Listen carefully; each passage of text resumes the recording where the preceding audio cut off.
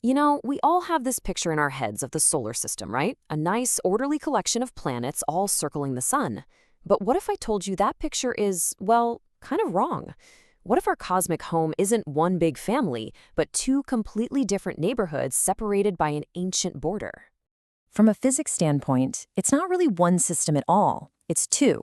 They're built from totally different ingredients, and there's a huge, ancient boundary dividing them. So today, we're going to cross that border. So let's dive into this tale of two systems. We're about to see that this Great Divide isn't just about where the planets are located, it's a direct result of the physics behind how our solar system was born. On one side of this line, you have these small, rocky, dense little worlds, and on the other side, you have the colossal giants of gas and ice. It's a pretty stark difference. So let's start our tour close to home, in the inner solar system. Welcome to the inner neighborhood. This is home to what we call the terrestrial planets. And that name, terrestrial, it just means Earth-like. And as you're about to see, these four worlds definitely share a family resemblance. So here they are, Mercury, Venus, Earth, and Mars. Right away, you can see their diameters. They're all relatively small, but they've got some really wild quirks. A year on Mercury is just 88 Earth days. But then you get to Venus. Venus is just bizarre. A single day on Venus lasts 243 Earth days. That's longer than its entire year. Can you even imagine that? Your birthday would come and go before you've even had a full sunrise and sunset. Just incredible. And this is what ties them all together. They're all dense little worlds, made of rock and metal. They have solid surfaces you could, in theory, stand on. They have very few moons. Earth has one, Mars has two tiny ones, and that's pretty much it. And rings? Nope, zero. That's the classic signature of an inner planet. Okay, so that's the inner neighborhood. But to get to the outer planets, we first have to cross that border I mentioned, a huge rubble-strewn frontier that splits our solar system right in two. So what is this cosmic border? What's sitting out there in the vast emptiness between the orbit of Mars and the orbit of Jupiter? It isn't just empty space. It's a sprawling field of leftovers from the dawn of our solar system. It's the asteroid belt. And this isn't just a random collection of space rocks. Scientists believe this is the raw material for a planet that, well, it failed. It never got a chance to form. And the reason? The immense gravitational pull of its giant neighbor, Jupiter, was just too much. It constantly stirred up the material, making it smash apart instead of clumping together. It's really like a cosmic fossil of our solar system's chaotic childhood. Now, once we've crossed that belt, we step into a completely different realm.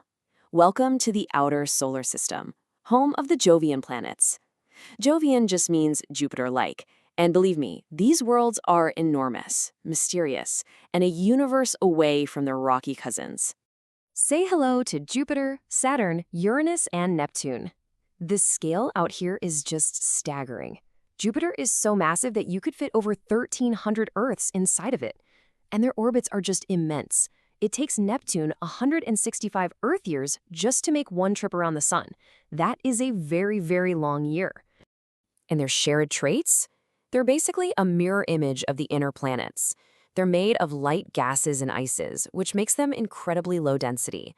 Saturn, for instance, is actually less dense than water, so if you could find a bathtub big enough, it would float.